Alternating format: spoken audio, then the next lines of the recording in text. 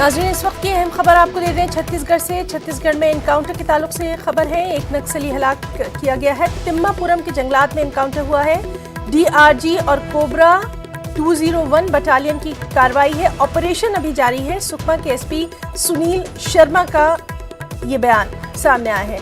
तो छत्तीसगढ़ में एनकाउंटर के ताल्लुक से ये बेहद अहम खबर।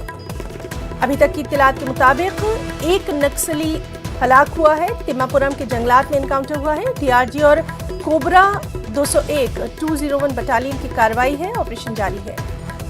सुकमा के एसपी सुनील शर्मा का ये बयान सामने आया है। तो छत्तीसगढ़ में एनकाउंटर के ताल्लुक से बेहद अहम खबर।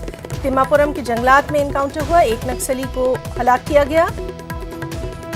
और सुकमा के एसपी सुनील शर्मा के मुताबिक डीआरजी और कोबरा 201 बटालियन की कार्रवाई, जिसमें ये ऑपरेशन जारी है।